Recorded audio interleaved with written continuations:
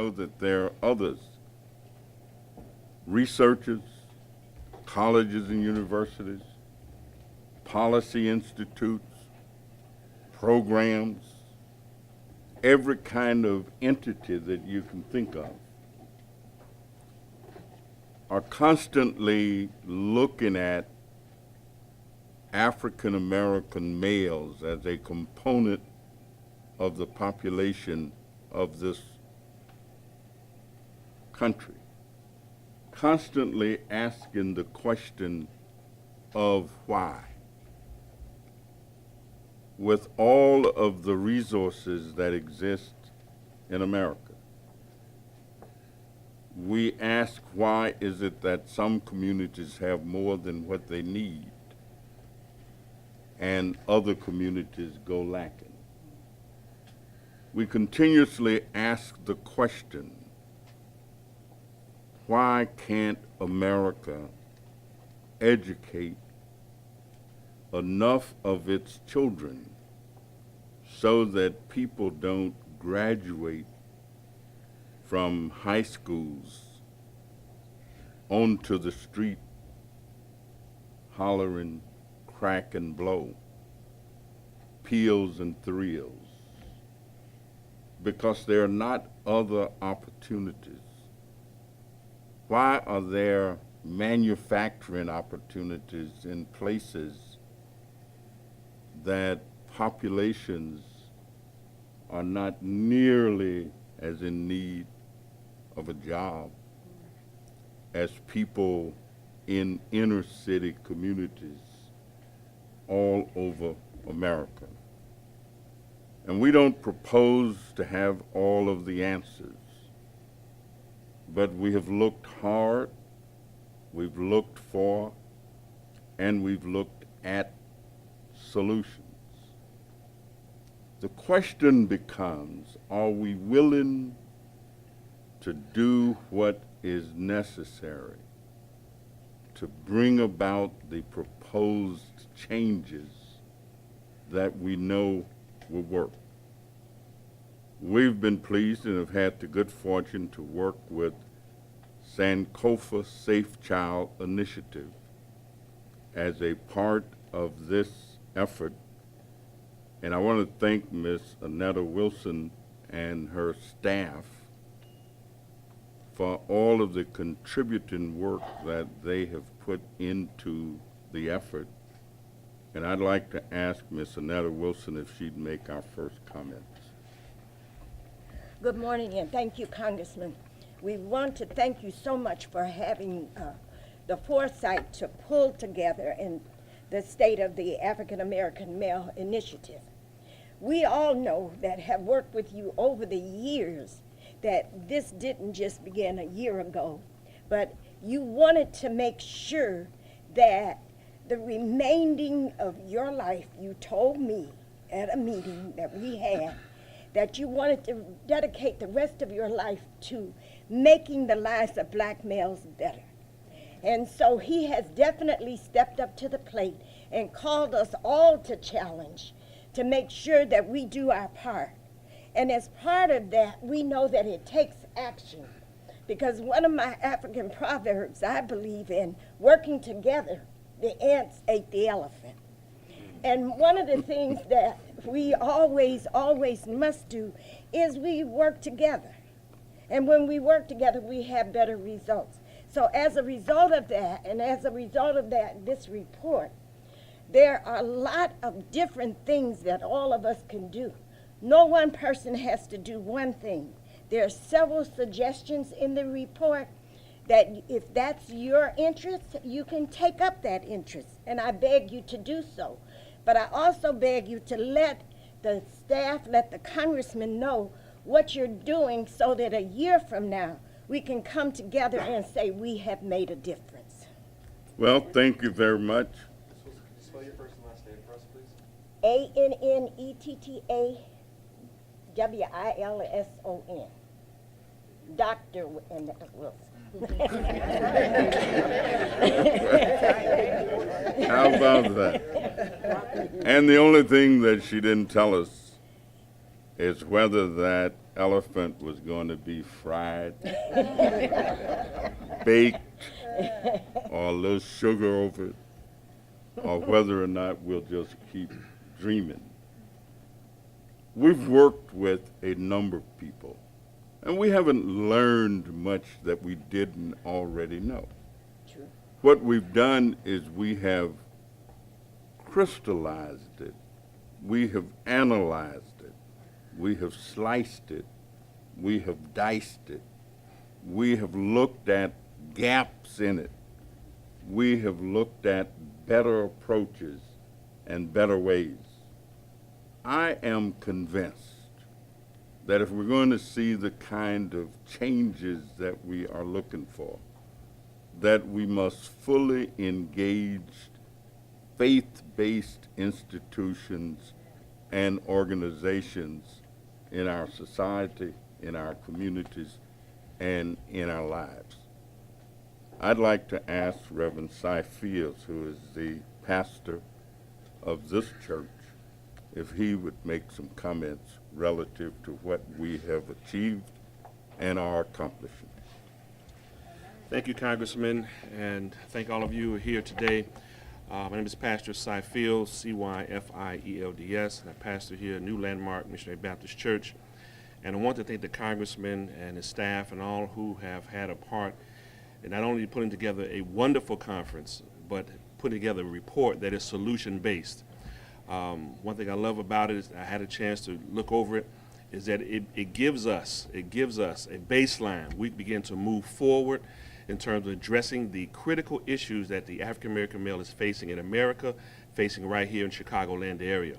And we're here today in good numbers. We're here in good numbers, but this is just a small representation of people who understand that this is a challenge and a crisis.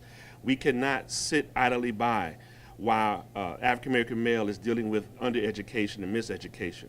We cannot just sit by and deal with underemployment and underemployment. We can't just sit by when our African American male is facing a lot of health disparities. We cannot sit by when they are not only active in criminal behavior, but also victimized by criminal behavior, by injustice. We cannot just sit by idly. And so we're here today as a result of the conference and this report to say that this is a great beginning, and it gives us a great launching path to move forward in helping solve some of the challenges that the African American male face.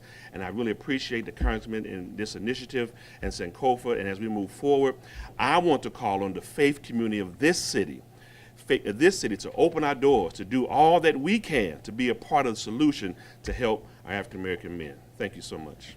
Thank you very much. And to add to that, I don't think we can sit by and watch a diminution of young African American men, males, not being engaged. I was at two churches a couple Sundays ago. One was celebrating the 155th year of their organization. The other was celebrating the 125th year. And Cardinal Cupich was at one of those. We had a wonderful time. I could count the number of young African American males in both churches on my two hands. They weren't there. And I know that there are a lot of young people who are being orientated away from faith analysis. From my experiences, and I'm not young, I feel that individuals who can't connect some way with some force or forces outside of themselves often experience difficulties and challenges that individuals can overcome if they have some help. You know, the guy who can sing, "Precious Lord, take my hand, lead me on, let me stand," may take a different course of action than one who can't and who will commit suicide, or will find him or herself in a psychiatric institution because they had some unresolved difficulties that they just could not take care of, and would take the position that I'll end it rather than believing that I can overcome whatever those difficulties are. Mr. Marcus Betts from the University of Illinois is here and who worked with us on the conference. We had the full support of the University of Illinois at Chicago as we went through all of the steps to planning, gathering data, analyzing what we've got. And Mr. Betts, would you have a comment? Thank you, Congressman. Marcus Betts, BETTS, Senior Director of Community and Corporate Relations for the University of Illinois at Chicago. One of the missions and objectives of UIC and any institution of higher learning is to solve and work towards solving the problems, major problems of today's society. And I'd like to thank Congressman Davis for his unwavering commitment and his humble approach to always tackling these matters in our society. So thank you, Congressman Davis, and thank you for allowing the University of Illinois at Chicago to play a role. When you talk about a segment of our society that has one of the largest groups of incarcerated peoples in the country, when you talk about a segment of our society that has one of the highest or the lowest employment rate in our society, when you talk about a segment of our society that has one of the highest dropout rates in the country, it's a crisis. It's a crisis. The State of the African American Male Initiative was a conference that started to take steps towards putting real solutions on the table. So we look forward to continuing. We look forward to the report, working through the data, bringing our resources to the table to continue this journey with Congressman Davis and every other member of society that's here today, because it's an all-hands-on-deck approach. It requires everyone to bring their talents and their skills to the table to help solve this issue. So, thank you. Thank you very much.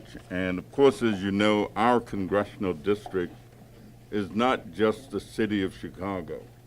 We also have western suburbs. And one of the communities in the western suburb is the community of Maywood, Illinois. Ms. Anetra Burnside has been engaged, involved, and with us the whole time, and we'd be delighted if she would make some comments. Hello, my name is Arnetra, A-R-N-E-T-T-R-A, B-U-R-N-S-I-D-E. I'm one of the Park District Commissioners in Maywood, and I'd like to take this time to thank Congressman Davis for this initiative. Just last year, I lost a son to gun violence, and the congressman and the 7th district and all those stakeholders, you know, they gathered, they worked with me, and they comforted me during my loss. And I just want society to know how important it is that we take a look at the violence that's going on in the African American community. A disproportionate amount of our males are being incarcerated. A disproportionate amount of our males are going unemployed or underemployed, or they are not gainfully employed. And with this initiative, we hoped that all of America comes together and look at the problem. Moynihan calls poverty a pathology. What we're trying to do is find a solution to that problem of poverty. And with your help and the help of the whole America and the state of Illinois, we would like for you to assist us in finding a solution and income and resources to remedy the pathology of poverty in our community. Well, thank you very much. You know, things just get revealed this pathology of poverty is something to behold. Can you think of that? The pathology of poverty, the role that poverty plays in shaping the lives of people. And one of the biggest challenges that we have is to reduce and ultimately hope to eradicate poverty. As we were going through the discussion, I heard comments.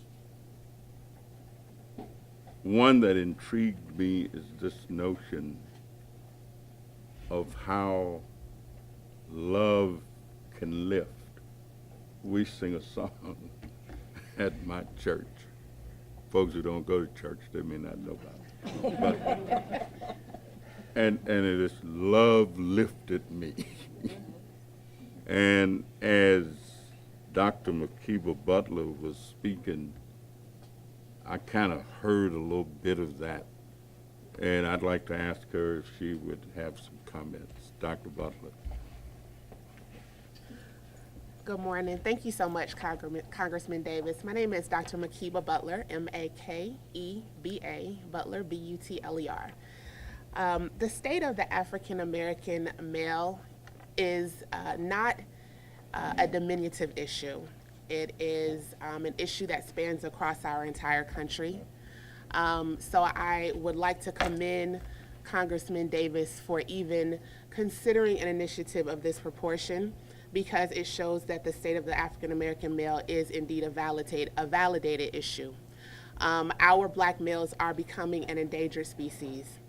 And I think that if we don't make sure that whatever type of programmatic ideals that we want to put in place don't lie within the context of relationship, showing them that there's something more for them in academics, something more for them in being able to seek gainful employment, something that allows them to be able to create a character-based set of ideals and lifestyle for themselves, then we're not going to see this issue become better. I also believe that within our community, we want to make sure, and I caution you against just putting in place programs that seek to solve a problem. We need to put in programs and put in initiatives that bring our communities together, that allow our children, our black males, to feel like they are a part of something, to make them feel like they are loved, to make them feel like they are appreciated, especially black males, to make them feel like they are appreciated. They are the future of our households, and they operate from feeling like they are needed. And so we want to make sure that we put in place programs that build relationship with them, that help them to feel like that what they are doing is going to be beneficial to their society, beneficial to their community. And so I believe that when it relates to school, when it relates to getting our black males back into the school system, when it relates to getting our black males back into the academic realm, that we need to really focus on teaching the teacher how to relate to their student. What does that look like? It doesn't just mean teaching them a subject. It doesn't just mean being with them for 7 or 8 hours a day. It means I'm interested in what you're doing. I want to make sure that you become the best individual that you can absolutely be. And so if we can put in programs that include the school system and not separate and apart from the school system, then I think we'll see a really big, a big change in what we're looking to do, and we'll see a more effective program in place. Thank you. Thank you very much, and we're delighted that you left Florida and came to Illinois. The Youth Connection Charter Schools have been with us from the very beginning. They've educated alternatively more than 20,000 students and are known as one of the best in that business. I'd like to ask Mr. Michael Holmes if he would come and have some comments. Thank you, Congressman. Good morning. Thank you. I want to thank the Congressman for allowing Youth Connection Charter School the opportunity to be a part of this initiative. We see that through an education process that the black males in this city and across this country need to lay a foundation for their growth. And what we're attempting to try to do at YCCS is lay that foundation. The congressman has taken on an initiative that I think has the very foundation of moving our African American males from where they are today till tomorrow. So we want to support that initiative. We want to thank the congressman for helping us be a part of that. And we intend to be right there with him as he continues to move our males forward. Thank you. Thank you very much. And our last, Sorry. Oh, Michael Holmes. Thank you. like Michael rode the Boulder Show. You remember that song, Michael rode the Boulder Show? Our last speaker and a message to young people is that you don't really have to be aged to be involved in these processes. I can remember hearing stories about how Alexander the Great had conquered everything to be conquered by the time he was 19 and sat down and cried because there was nothing else to conquer. Jesus the Christ, by the time he was 12, I'm told, demonstrated in the temple how learned he was and was wooing the philosophers and the people who were there with his knowledge and understanding. We are pleased to have Darius Newsom, who is a student member of the Board of Trustees of the University of Illinois at Champaign-Urbana, which really means a trustee of the major educational institutional organization in our state. And I'd like to have him, ask him if he would close us out.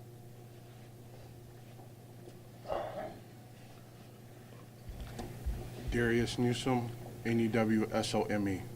Congressman, as a 24-year-old African-American male who was raised in North Lawndale and resides in Austin, I thank you for releasing this report, because what this report will do was give other African-American males such as myself and those under me and those that haven't even been born yet an opportunity to stand where I am and succeed in life. So I personally thank you, and I'm looking forward to the information that I can use to help other African-American males be successful beyond where I am in life. Thank you. Well, and we thank you. Yes, give him a round of applause. Because you represent that it's not where you come from, but it's where you're going. Many people would never believe or know that the student representative on the board of the University of Illinois at Champaign-Urbana, and it's only been recent that the concept of having student board members at our public universities has become a reality. So here's a young fellow, grew up in the North Lawndale area of Chicago, one of the lowest income areas, an area where poverty is abound, an area that used to have thousands of jobs. When I came to Chicago, North Lawndale was job rich. Western Electric, the Hawthorne plant, Sears Roebuck and Company, International Harvester, Allied Radio. You could walk up and down the street and there were job wanted signs, jobs available signs. If you want a job, come to the area. Unfortunately, many of those companies left and went other places. Don't blame the people in North Lawndale for that. The people in North Lawndale never owned a factory, never owned a plant, never had the authority over where plants located, where they were. I was so devastated not long ago. I was visiting a school, and I asked the 5th grade students why they thought the neighborhood looked the way it did. And one person was adventuresome enough to say, because our people, our parents, are lazy. Don't want to work. That changed my whole day in terms of saying, please, let me help you all understand. The environment in which you are placed does not have to be the environment in which you remain. That you might live among poverty for the moment. It might be dark at night, but the sun comes up in the morning. And you can see the dawning of a new day, and you can help make it so. And Darius, that is exactly what you are doing. You are helping to create the new day of tomorrow. So again, Tiama, we want to thank you for the work that you have done on this initiative. We want to thank all of those who have been a part. Crystal, we thank you for the work that you have done. And we thank everybody who have come. Charlie, we thank you. Annetta Wilson, again, we thank you and Sankofa for your co-partnership. And we thank New Landmark and Reverend Fields for their engagement, involvement, and partnership. This ends our press conference. Can you talk about some of the actual solutions, Congressman? Yes. We've seen at work, just a few weeks ago, I was at the Pleasant Ridge Missionary Baptist Church, and the pastor had called all the men together, and they were having a men's forum just for the men.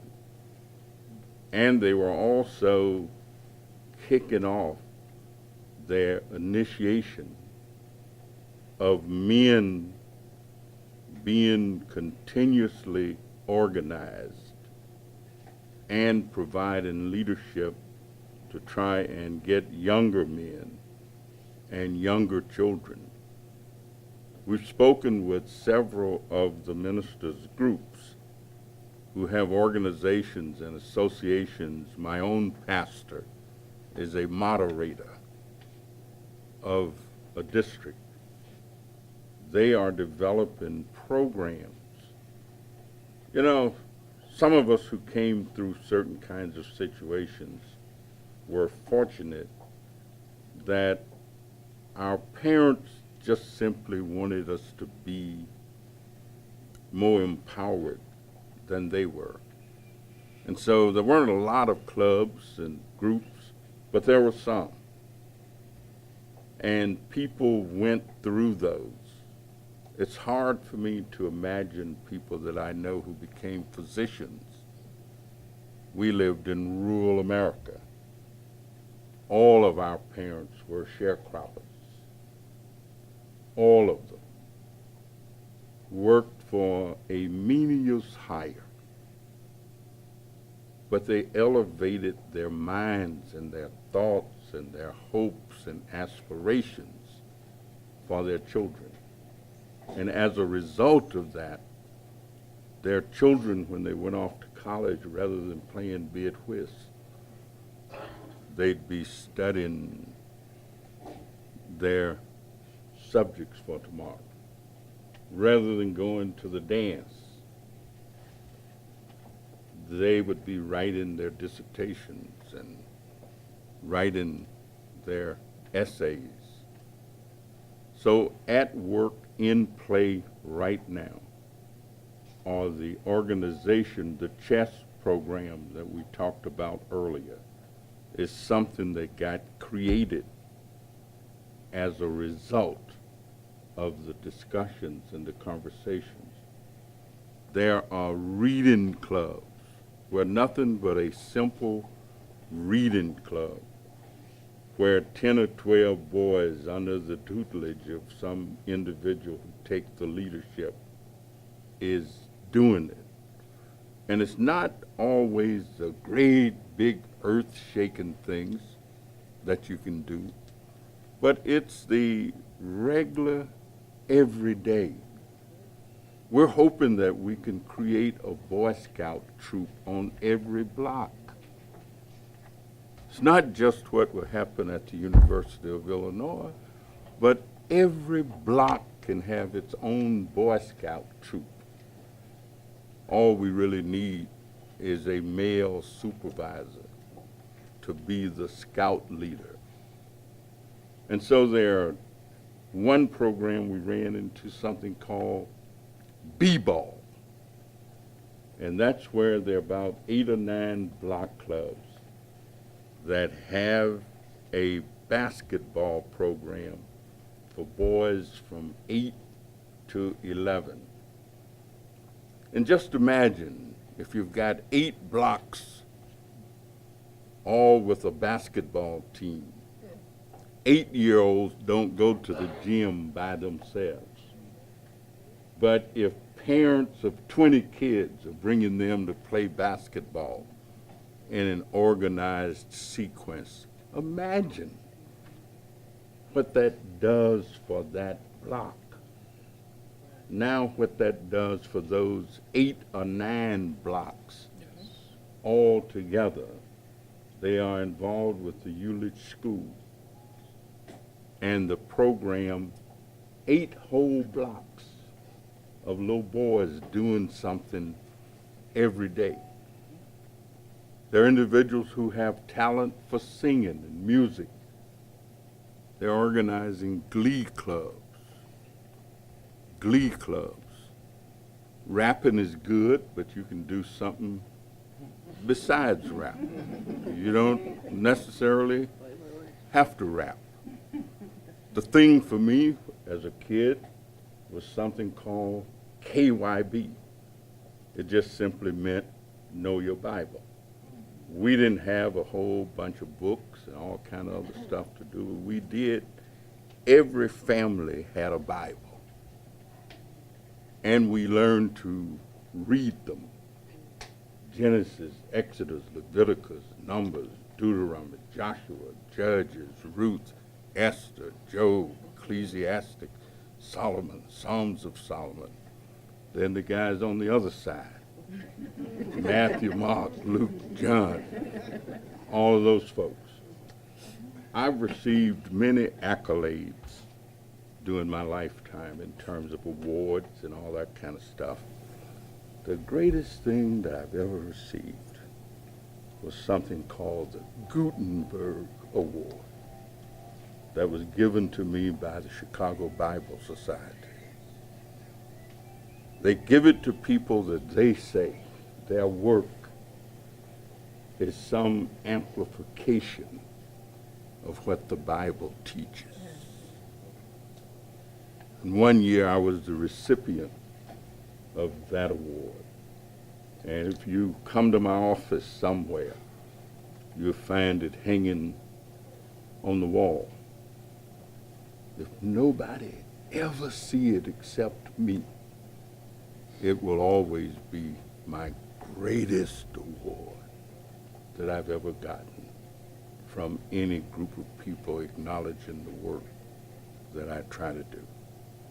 So those things are going on now, and hopefully by the end of summer, when I'll be home at least for a month, we're going to see the implementation of many others as we get a chance to get with people and help organize some of the things that we think will help. We'll continue to do all of the work of trying to get more resources, trying to get more programs. We're proud of the fact that more than 800 groups and organizations have gotten grants from our Second Chance Act. 800. Some of them as much as $1 million apiece. And so 800 grants across the country, that ain't so bad. I mean, that brings some resources to people doing some of the work. Several of the colleges and universities in Chicago have gotten money off of our PBI grants. What that means is predominantly black institutions. If you are an institution that has 40% black enrollment and 40% low-income enrollment, there are some special grant monies. People who've gotten it: Malcolm X College, Kennedy King College, Olive Harvey College, Chicago State University, Robert Morris College, East West University, South Suburban College. All of those are what is called PBIs, predominantly black institutions. Before we created that legislation, those institutions were not in a position to get this special money. Historically, black colleges and universities were, but these others were not. And there are far more of them than there are historically black colleges and universities. They just don't have the history. They have more students, but they don't have the history. And so many of the schools in urban areas, especially community colleges, need the special resources to assist. And just as we have those, we have a designation called HSIs, Hispanic Serving Institutions. And so someone said earlier, there are resources. They're not all connected, and all of them are not doing exactly what they say they want to do.